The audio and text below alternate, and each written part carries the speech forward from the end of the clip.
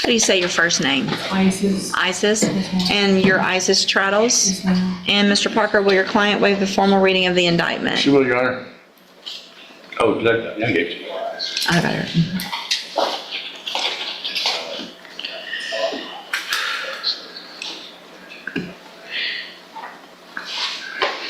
Ms. Traddles, in cause number 25, DCCR 1478, you're charged with a state jail felony offense of injury to a child from July 21st of 2025. And how do you plead to that charge? Are you pleading guilty freely and voluntarily? And are you pleading guilty because you actually did what they've charged you with? I have 3 defendants, 3 pleas, a courtroom where mercy, accountability, and consequences collide. Every word matters because freedom hangs in the balance.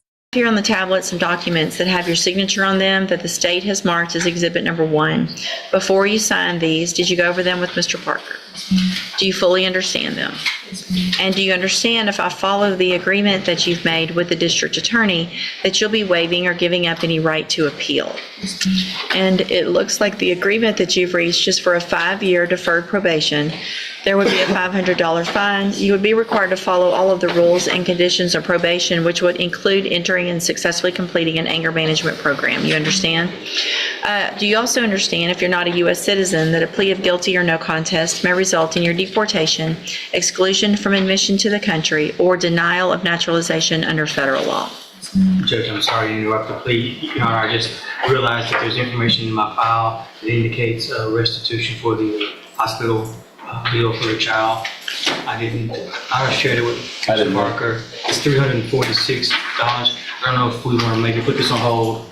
Well, so I'm going to reset it for sentencing, and that can be confirmed with probation between now and sentencing. And then just make sure they know about the restitution amount. So if there's any restitution between now and sentencing, they'll get that figured out, and it will be ordered if there was any restitution. You understand? So you say I'm gonna have to pay that? What? I think they're going to look into that. They're going to reset it. They're going to look into it. If there was something that had to be paid or is owed because of what you did that insurance didn't cover or whatever it is, then yes, you're going to have to pay it.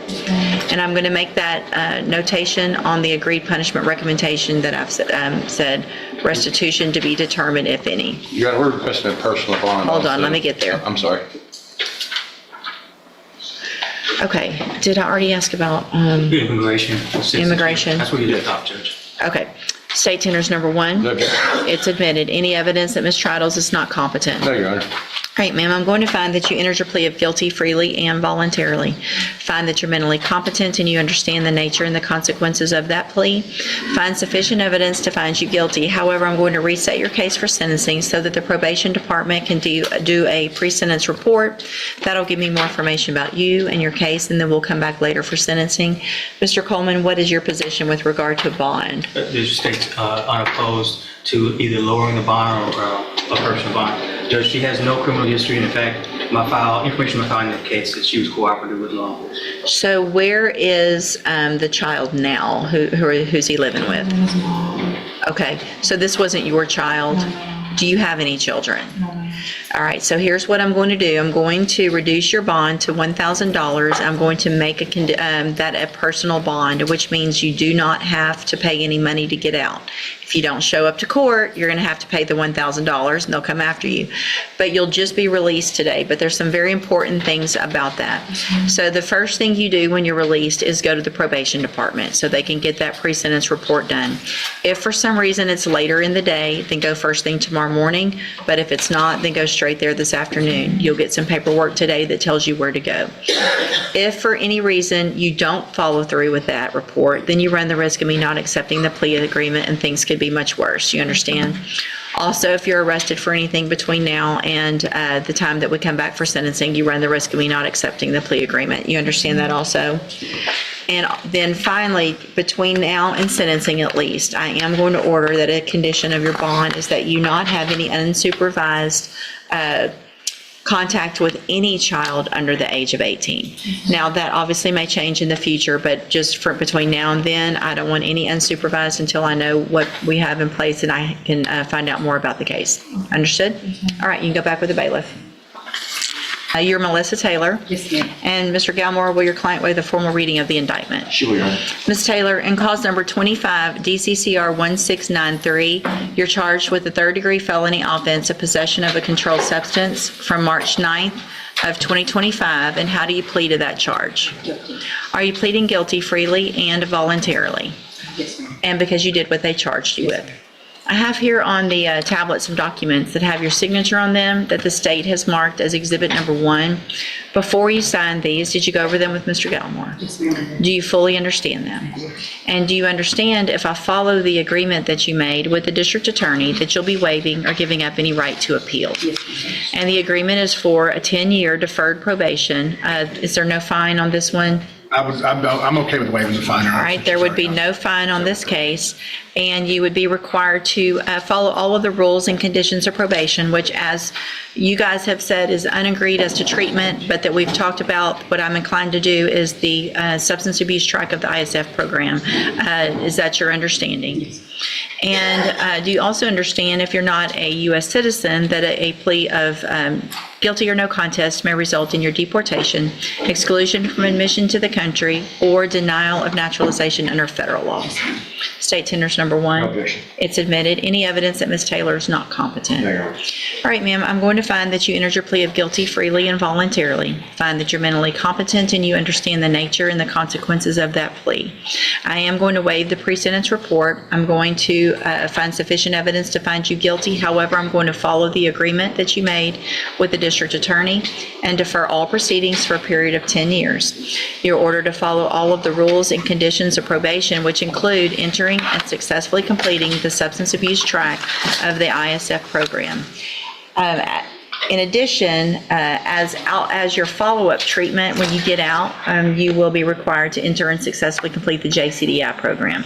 So you're going to get out, you'll have all the tools, you're going to get tools while you're in custody, you're going to get out, you're going to have even more tools so that you can be successful and get off drugs for good, be a productive member of society, and not end up with felony convictions on your record and going to prison. And if you do all of that, just like we talked about in the other case, this is a great opportunity because you don't have the conviction on your record. If you successfully complete the probation, the case will be dismissed. You'll never have a felony conviction. The other side of that is if you violate any condition in this case, you'll be brought back into court, you could be found guilty, and you could go to prison for between 2 years and up to 10 years. Do you understand? Yes, ma'am. All right, I'm handing you, in that case, the trial court certification that shows that this was an agreement that I followed, so you waived your right to appeal. Yes, ma'am? May I speak? Let me, hold that just a second. Let me take, because I'll get sidetracked and then I won't do what I need to do legally. So now, for probation, in cause number 24, DCCR 2311, I am going to grant that motion to modify the probation order to change that from SafeP to ISF, substance abuse with JCDI as aftercare. Will you give me the call number? 24 DCCR 2311. Judge, I think there may also be another probation that she's on, a different cause number. I'm not sure. I thought we pled her to a state jail and a Can y'all look, higher level please? felony. I just don't want, I don't want to get skipped over if there's nothing. If she's on probation for more than that one, if there is another, and then the same order goes for all. If it was SafeP, that can be I know it's this one or two. switched from SafeP to ISF substance abuse with JCDI as a. The problem is if it's a. Do y'all think there's one? Because it might be the time that she's on probation could be an issue. Okay. I could be wrong. Okay, we'll double check it. If she is, that'll be a condition. It'll be switched from SafeP to ISF also. Okay, yes, ma'am. Yes, ma'am. So I have been incarcerated for the last 8 months in Jefferson County Correctional. During the last 8 months, I've held a trustee position for 6 of those 8.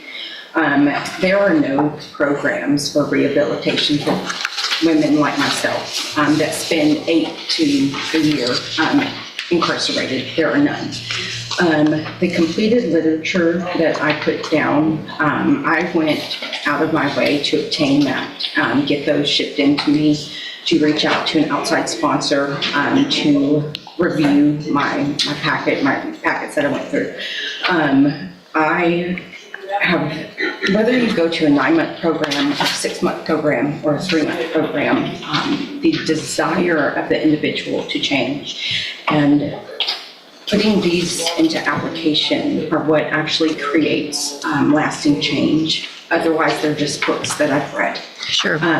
If you can ask me anything about these books and I can tell you how I've changed and how they've changed me and what they've done. I realize that my addiction is a terminal disease that will kill me. And it is a lifelong recovery process. And that if I don't completely abandon myself to my higher power in a recovery program for the rest of my life, that I will end up in prison or dead. I don't have any more options. I agree that I will most likely learn something from ISF. I will learn from any program that I'm ever put against. But I am begging you with the effort that I took, seeing that there's no options for female inmates other than an AA program every other week at best. We sit in there and we eat and we gain weight and we watch movies and it's a vicious cycle. I understand the triggers and what made me relapse. I have a phenomenal support system, and I am willing to go so far to say that if you give me the COLA program, and if I fail, take this all away and put me in prison for 5 to 10 years. Don't have it an option.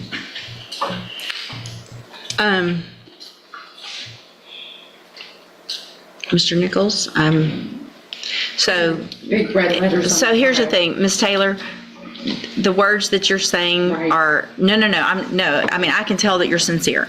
I hear people say those words somewhat often. I wish more. Sometimes I feel like they're sincere, others I don't. I agree, there are not programs because jail is just a rotation of coming and going, and it's hard to get programs going because by the time someone gets started, they're probably leaving, and it could be better. I appreciate what you've done. I'm inclined, but here's my fear, is that I don't want to do what you're asking and set you up for failure. So if I do what you're asking and you violate, there's going to be a notation about all of this. Mr. Nichols will remind me, probation will remind me, and there won't be, okay, now I need SafeP. Now I need ISF. I'm that dedicated to my recovery. You know, I usually have a pretty good memory for these things, Judge. If the court wants to give her that shot, I don't want to have to revoke her. I want her to be successful. I've read what she provided the court. I know it's impressive, the work she's done for herself while in jail. I'd hate to see it all fall apart, though. I mean, I think the case she's on, other case she's on probation for is assault on an officer. And I know there was at least one state jail. I do have, so 24 DCCR 2177 is another, she's on probation for. There is another probation. And so 24 DCCR 2177, so whatever I do to modify conditions are going to be the same on those. So I guess what I'm going to do, Ms. Taylor, is I'm going to give you this opportunity. It's 100% up to you to take it. Otherwise, you have 3 felonies that you're going to go to prison for.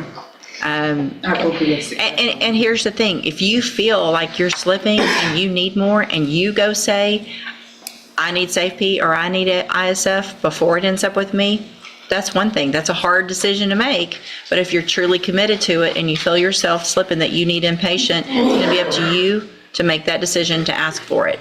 If it gets so far that you're here, it's going to be too late. All right, so then I'm going to modify the conditions of all of those probations, including the new case, to order that Ms. Taylor enter and successfully complete the JCDI program and not have to go to ISF or SafeP in any of them. So take advantage of this. I did everything else. I think so. All right, good luck. Yes, ma'am.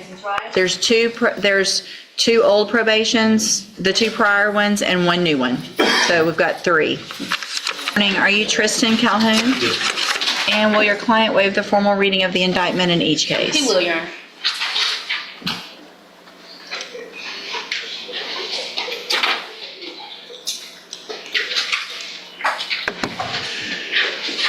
Mr. Calhoun, in clause number 25, DCCR 1216, you're charged with the second-degree felony offense of aggravated assault with a deadly weapon from August 2nd of 2024. And how do you plead to that charge? Guilty. Are you pleading guilty freely and voluntarily? And because you did what they charged you with? And then in clause number 25, DCCR 1217, you're also charged with the second-degree felony offense of aggravated assault with a deadly weapon from August 2nd of 2024. And how do you plead to that charge? Guilty. Again, are you pleading guilty freely and voluntarily? And because you did what they charged you with? Bless you. I have here on the tablet some documents that have your signature on them in each of these cases that the state has marked as exhibit number 1. Before you signed these, did you go over them with Ms. Holmes? Yes. Do you fully understand them? Yes. And do you understand if I follow the agreements that you've reached with the district attorney's office, you will be waiving or giving up any right to appeal? Yes, ma'am. So you can't change your mind if I follow the agreement. You understand? Yes, ma'am. And it looks like the agreement that you've reached in each of the cases is for 7-year deferred probations. There would be $500 fines. There would be, you'll be required to follow all of the rules and conditions of probation, including paying any restitution that would be determined between now and when we come back for sentencing, and also having no contact with the victims in either of the cases. Do you understand? Yes, ma'am. Do you also understand, if you're not a U.S. citizen, that a plea of guilty or no contest may result in your deportation, exclusion from admission to the country, or denial of naturalization under federal law? Yes, ma'am. State tenders number 1 in each case. No objection. It's admitted in each case. Is there any evidence that Mr. Calhoun is not competent? No, Your Honor. All right, sir, I'm going to find in each of your cases that you entered your pleas of guilty freely and voluntarily, find that you're mentally competent and you understand the nature and the consequences of those pleas, find sufficient evidence in each case to find you guilty. However, I'm going to reset your case, both of them, for sentencing so that the probation department can do a pre-sentence report. Again, that'll give me more information about you, your cases, determine any restitution, and then we'll come back later for sentencing. What's the state's position, Ms. Malfino, with regard to bond based on the nature of those plea agreements? Judge, I have no objection to the PSI bond in this case. It appears he only has 1 misdemeanor conviction from years ago. For my review of his criminal history, I would ask, as the court has already stated, that he not have any contact with Sierra Williams or Keithera Fowler, the complainants in these cases. It doesn't appear that these parties know one another. It appears like this is more of a road rage, traffic accident gone wrong type thing. What was the first name, Sierra? Sierra Williams and Keithera, Keithera Fowler. The indictment on that one says Ardwan as the last name.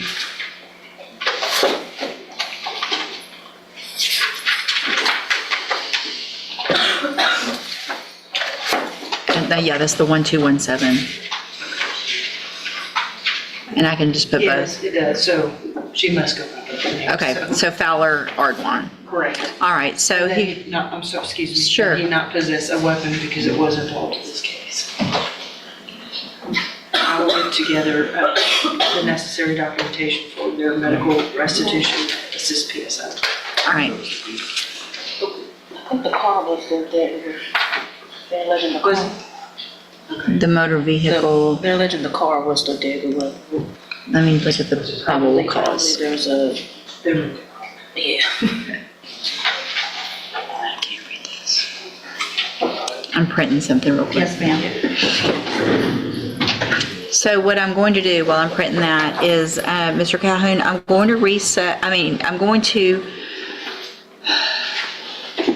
reduce your bond in each of these cases to $1,000. If you make those bonds, a condition of those bonds are that you obviously have no contact or communication with Sierra Williams or Keithera Ardwan Fowler. Give me just a second.